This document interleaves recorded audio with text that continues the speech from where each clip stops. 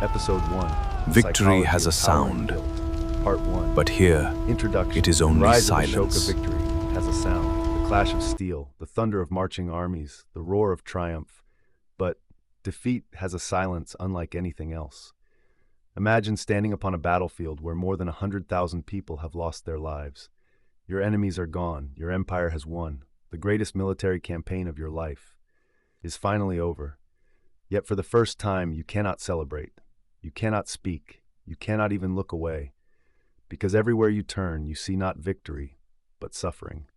History remembers this man as Emperor Ashoka, one of the greatest rulers India has ever known. But history rarely asks a far more fascinating question. What broke him? How did one of history's most powerful conquerors become one of its greatest advocates for compassion? Was it guilt? Was it grief? Or did Ashoka experience something modern psychology has only recently begun to understand?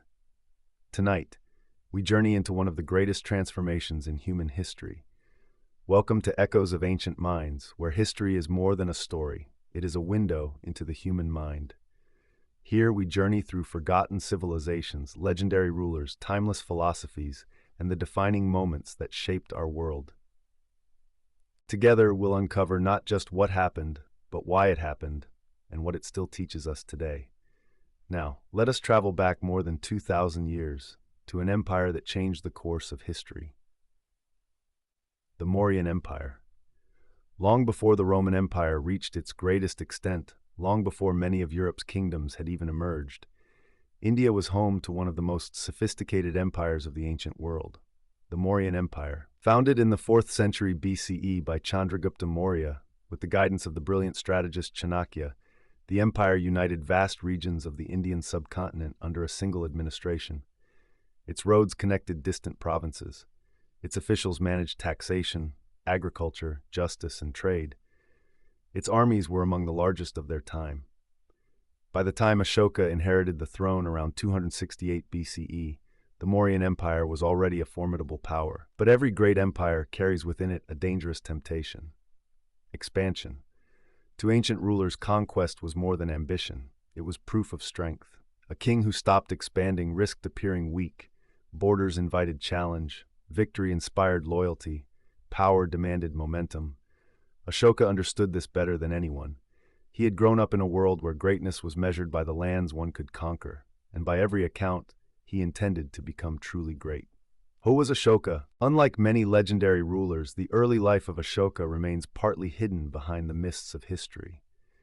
Much of what we know comes from inscriptions commissioned during his reign and from later Buddhist texts written centuries afterward. These later accounts contain valuable traditions, but also stories that historians treat with caution. What can be said with confidence is that Ashoka was an able administrator, an effective military commander, and a prince entrusted with important responsibilities before becoming emperor. Some traditions describe him as stern, even ruthless, in his younger years. Whether every story is true or not, they reflect a consistent image: a man of determination who believed that order was achieved through strength. Following the death of his father, Bindusara, a struggle for succession likely unfolded within the royal family. The details remain uncertain, but Ashoka eventually emerged as emperor of the Mauryan Empire. Now he ruled one of the largest states on earth. Yet one kingdom still stood beyond his authority: Kalinga, a prosperous coastal state on the eastern shores of India, independent, wealthy, proud, and unwilling to submit. For most people, it was simply another kingdom. For Ashoka, it represented something far greater: an unfinished map, an empire not yet complete. The kingdom that refused to surrender, Kalinga, was no ordinary kingdom. Situated along the eastern coast of the Indian subcontinent, it commanded thriving maritime trade routes that connected India with lands across the Bay of Bengal. Its ports welcomed merchants, its fertile lands supported prosperous communities, and its independence had been fiercely preserved for generations. To Ashoka, Kalinga represented both strategic value and political symbolism. As long as it remained outside Mauryan control, the vision of a unified empire was incomplete. But for the people of Kalinga, independence was not a bargaining chip. It was their identity. Neither side believed they were the aggressor. Ashoka believed he was securing the future of his empire. Kalinga believed it was defending its freedom. History is often more complicated than heroes and villains. Sometimes, it is a collision between two convictions that neither side is willing to surrender. Ashoka gathered one of the greatest armies of the ancient world: infantry, cavalry, war elephants. Thousands upon thousands of soldiers marched toward Kalinga.